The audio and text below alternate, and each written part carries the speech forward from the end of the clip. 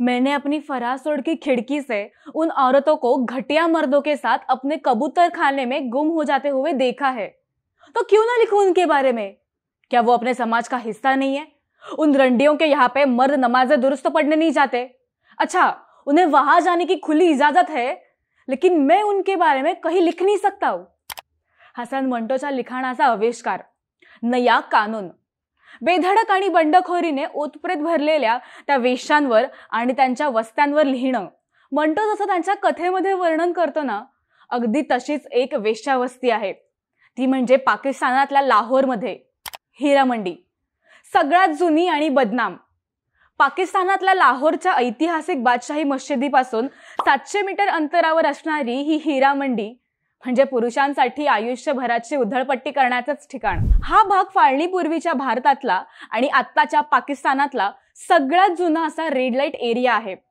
तिथल्या रस्त्यांवर उभ्या असणाऱ्या कोठ्यांमधून तुम्हाला बॉलिवूडची गाणी, तालात छमछम आणि घुंगरांचा असा आवाज होईल। मात्र कोठ्यांच्या आत डोकावल्यावर डोळ्यांना लुभवणारी शाही मुजरा थेट जुन्या राजेशाही दरबारांची आठवण करून देईल। दर 24 तासांनी आपली ओळख बदलणारी हिरा मंडी सकाळी धान्य बाजार असते। थंड रात्रीत ती मंडी गरम होऊ लागते। धान्य दुकानांच्या वरच्या मजल्यावरच्या बोळांमध्ये प्रणयराधना सुरू होते।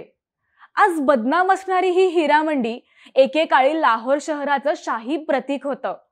शाही प्रतीक असलेली हिरा मंडी एवढी बदनाम का झाली, हे पाहण्यासाठी आपल्याला जरा भूतकाळ डोकावलं पाहिजे। म्हणजे 16व्या शतकात त्यावेळी मुघल साम्राज्य लाहोर शहरासह उत्तर भारतावर आपले नियंत्रण मजबूत करू बघत होतं। अकबरच्या कारकिर्दीत म्हणजेच 1584 ते 1598 पर्यंत लाहोर मुघल साम्राज्याची राजधानी होती।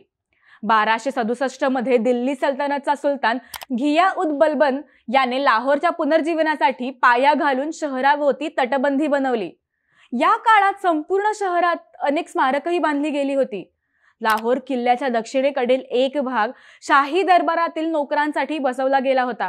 ही वसाहत म्हणजे किल्ल्याजवळच असल्याने त्याला शाही मोहल्ला किंवा शाही शेजार असंही म्हटलं जाईल। आणि लवकरच हा परिसर शाही दरबारात करमणूक करणाऱ्या तवायफांचे घर म्हणून ओळखले जाऊ लागलं।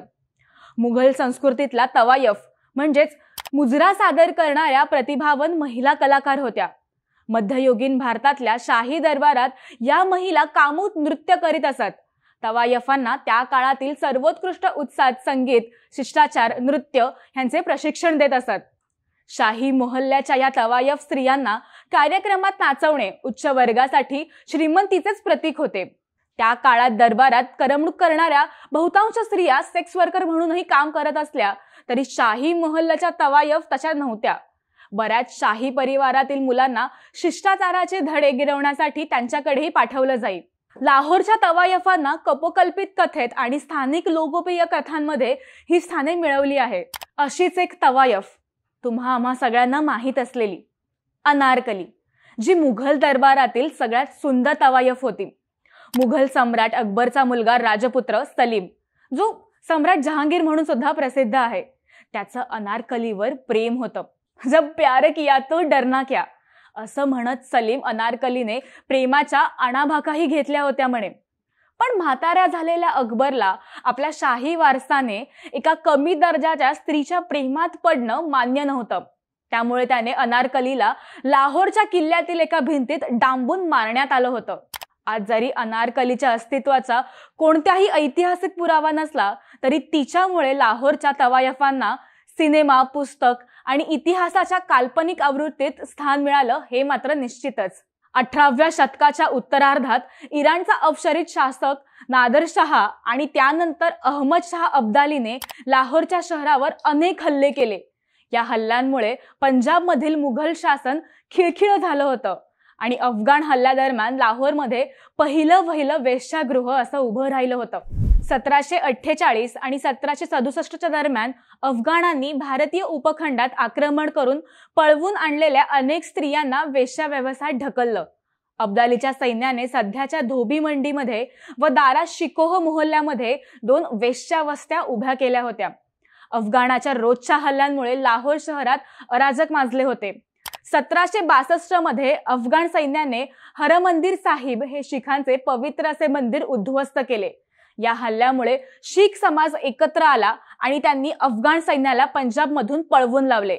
या दरम्यान अफगाणांनी लाहोरमध्ये उभारलेल्या वेश्यावस्त्यांनाही बंद पाडल्या। त्यानंतर 1799 मध्ये रणजित सिंग नावाच्या एका तरुण सुचरकिया मिस्लाने प्रामुख्याने लाहोर शहर भंगी मिस्लांकडून ताब्यात घेतलं। 1801 मध्ये रणजित सिंग पंजाबच्या स्वघोषित महाराज झाला आणि त्यानंतर सर्व पंजाब एकत्र करण्याचे त्याने वचन दिले। महाराजा रणजित सिंगने मुघलांच्या अनेक शाही चालीरीती पुनर्जीवित केल्या, त्यापैकी एक होती तवायफ संस्कृती। रणजित सिंगाचे दरबार मुघलांच्या दरबारा इतके भव्य दिव्य नसले तरी शाही मोहल्ला तवायफांना रणजित सिंगाचे संरक्षण मिळाले आणि असं म्हणतात की 1802 मध्ये स्वतः 22 वर्षीय महाराजा रणजित सिंग मोरन नावाच्या एका मुस्लिम तवायफीच्या प्रेमात पडला होता। ती तवायफ होती काश्मीरची, पण अमृतसर जवळच्या माखनपूर नावाच्या खेड्यात ती वास्तवाला होती। कंजार जातीतल्या मनोरंजन करणाऱ्या तवायफीशी लग्न करण्याचा निर्णय रणजित सिंगने घेतला। मात्र तवायफीशी राजाने लग्न करणे लाहोरच्या दरबारातील धार्मिक गुरूंना नापसंत होते। पण प्रेमात आकंठ बुडालेल्या रणजित सिंगने कोणाच्याच नापसंतीची चिंताच केली नाही आणि लग्न केले। त्याने मोरनसाठी एक वेगळी हवेली बांधली होती। रणजित सिंगाच्या दरबारातल्या तवायफ ज्या ठिकाणी राहत असत त्या शाही मोहल्ल्यापासून ती हवेली फार दूर नव्हती। आता ती हवेली लाहोरच्या पापड मंडीच्या परिसरात आहे। थोडक्यातच काय तर रणजित सिंग मोरन यांच्या प्रेमकथेचा शेवट सलीम अनारकली सारखा दुःखद झाला नाही। हिरा मंडी ते बाजारे हुस्न। काही दशकानंतर शीख साम्राज्याचे पंतप्रधान हिरा सिंग डोगरा यांनी महाराजा रणजित सिंगच्या मृत्यूनंतर शेजारच्या शाही मोहल्ल्याच्या ठिकाणी धान्य बाजारपेठ बसवली। त्यामुळे त्या भागाला हिरा सिंग दी मंडी म्हणजेच हिरा मंडी असेही नाव पडले। विशेष म्हणजे काही लोकांना असं म्हणायचे की हिरा हा शब्द हिऱ्यासारखा सुंदर दिसणाऱ्या तवायफींसाठी वापरण्यात आलेला आहे आणि त्यावरूनच हिरा मंडी हे असे नाव पडले। पण हिरा मंडीची ही ओळख जास्त दिवस टिकली नाही, कारण इंग्रज शीख युद्धानंतर शीख साम्राज्याचा अंत झाला। ब्रिटिश ईस्ट इंडिया कंपनीने हा प्रदेश आपल्या ताब्यात घेतला। तवायफांच्या दरबारी संगीत आणि कामुक नृत्यात ब्रिटिशांना अजिबातच रस नव्हता, त्यामुळे मुजरा संस्कृती वेश्या व्यवसायाशी जोडली होती। इंग्रजांच्या दंडुकशाहीमुळे रोजीरोटी गमावलेल्या बऱ्याच तवायफींना इंग्रज सैनिकांसाठी आता सेक्स वर्कर त्या बनल्या होत्या आणि तेव्हापासूनच हिरा मंडी वेश्यावस्ती बनायला सुरुवात झाली होती। 1850च्या दशकाच्या सुरुवातीला या जुन्या शहरात प्लेग पसरला होता। स्थानिक ब्रिटिश प्रशासनाने त्यांची छावणी अनारकलीहून जुन्या शहरामध्ये धरमपुरा येथे हलवली होती। यावेळी सेक्स वर्करनाही हलवण्याचा प्रयत्न झाला, पण त्यातल्या बऱ्याच स्त्रियांनी शाही मोहल्ल्यामध्ये राहणेच पसंत केले। या भागात वेश्या व्यवसाय सुरू होऊनही हिरा मंडीने आपली जुनी मुजरा संस्कृती आणि प्रतिष्ठा कायमच राखली। फरक एवढाच होता की तवायफांची दर्दी आणि संरक्षण आता कोणी सम्राट नव्हते, तर त्या शहरातील खास आणि श्रीमंत माणसे होती। अशा प्रकारे हिरा मंडीला अजून एक टोपण नाव मिळाले, बाजारे हुस्न। तवायफींच्या अस्मितेमध्ये बदल झाला तरी शाही मोहल्ल्यामध्ये एक गोष्ट कायमच राहिली, ती म्हणजे कला सादर करण्याची प्रथा। याचा परिणाम म्हणून हिरा मंडीने काही उत्कृष्ट कलाकार समाजाला दिले, ज्यात प्रसिद्ध नूरजहां, खुर्शीद बेगम, मुमताज शांती आणि इतर अनेक कलाकार आहेत। योगायोगाने आधुनिक लाहोरचे जनक म्हणून ओळखले जाणारे सर गंगाराम यांचे घरही याच भागात आहे। प्रख्यात लेखक आदत हसन मंटो यांनी आपल्या नया कानून नवीन राज्यघटना या कथेत हिरा मंडीचा थोडासा संदर्भ दिला आहे। हिरा मंडी ही आज स्वातंत्र्यानंतरही वेश्या व्यवसायात आहे आणि करमणुकीचे केंद्र म्हणूनच सुरू आहे। बहुतेक तवायफी ज्या सेक्स वर्कर आहेत त्या कंजर जातीतल्या आहेत, तर काही बाकीच्या सेक्स वर्कर ह्या गरिबीमुळे किंवा पूर्व पाकिस्तानातून बेकायदेशीररित्या तस्करी करून आणण्यात आल्या होत्या। 1978 ते 1988 पर्यंत पाकिस्तानचे अध्यक्ष असलेले मुहम्मद झिया उल हक यांनी हिरा मंडीतील मुजरा आणि वेश्या व्यवसाय संपुष्टात आणण्यासाठी कठोर प्रयत्न केले, पण ते यशस्वी झाले नाहीत। उलट वेश्यागृह लाहोरच्या बाहेरही इतर भागात गेली आणि इंटरनेटच्या युगात हिरा मंडीच्या सेक्स वर्कर सोशल मीडियाकडेही वळल्या आणि बऱ्याच सॉफ्टवेअर ॲप्सद्वारे एस्कॉर्ट सेवा देण्यास त्यांनी सुरुवात केली। शीख साम्राज्याने सुरू केलेले धान्य बाजार ही आता येथून हलवण्यात आले आहे। शिवाय हिरा मंडीला वेश्या व्यवसायाला सोडून इतर काही वेगळी ओळख राहिलेलीच नव्हती. मुजरा आणि संगीताची संस्कृती नामशेष होण्याच्या मार्गावर आहे.